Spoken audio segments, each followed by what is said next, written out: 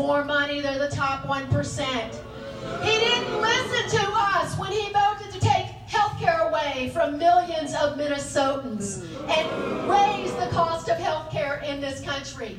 He didn't listen to us when he didn't show up. When he didn't show up for over 1 year to have us tell him about our families and their struggles. I'm going to listen because I've lived some of the many struggles that each of you have. I grew up in a family with a lot of love, but also a lot of struggle. My mom went to school for 10 years to get her college degree and become a teacher. My grandmother worked in a union shoe factory. She got up every single day and dipped heels in glue. My grandfather, he farmed in rural America until the 1980s, took that farm, his job, and his way of life. I know how hard families across this country will work to make sure that their kids get a better life, because I lived in one of those families. I worked 2 jobs to put myself through college. And you bet, over 15 years, when it was unusual for a woman, I worked my way up to a leadership position at a major Minnesota manufacturing company.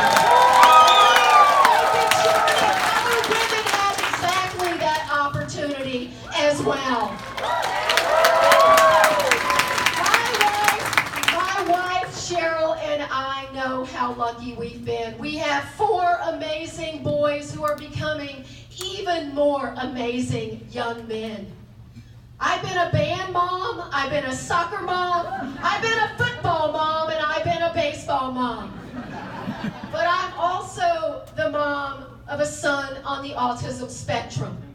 And you better bet, when I'm a member of Congress, I am going to fight like hell to make sure we fully fund special education.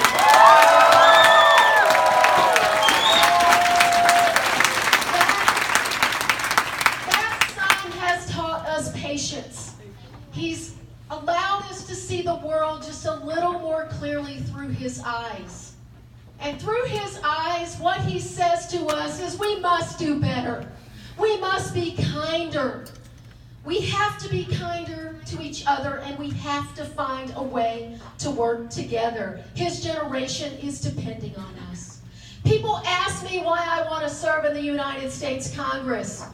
It's because it shouldn't matter how much money you're born into. It shouldn't matter who you choose to worship or who you love. It should only matter if you're willing to work hard and if you have the will to succeed. Now, the number of you who have shared your stories with me over this past year has been overwhelming to me. Your dreams, your struggles, all of those things. And it hasn't been through a soundbite. I've gotten to know each of you and you me over the last little bit. Addiction in your families.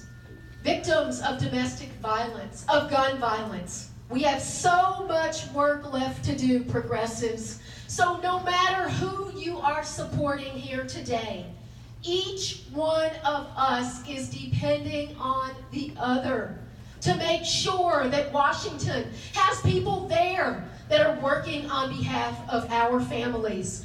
We've got to bring this fight to November, and this fight is for the good jobs and the job skills. We have to make sure the L in the DFL is there on election day.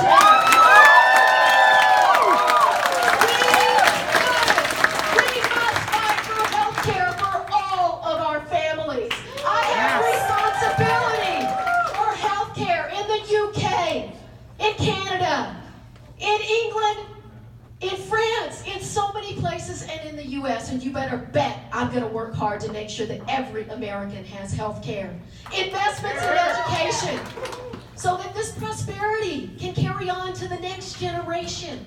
Campaign finance reform that ends dark money in politics and the politicians who serve only to benefit from you. Gun violence prevention. Immigration reform. It is long past time to stand up for our dreamers.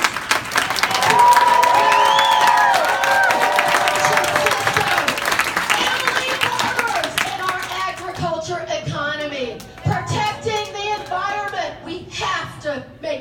sure they do not take our nation back. Diplomacy. Finally, diplomacy. America must once again take a thoughtful approach to its role of being a world leader. Diplomacy must be at the forefront of our national security strategy, and we must speak out when we see human rights violations anywhere, from friend or foe. An honor to be here, and I ask humbly for your support and for your vote to be your DFL endorsed candidate. Thank you.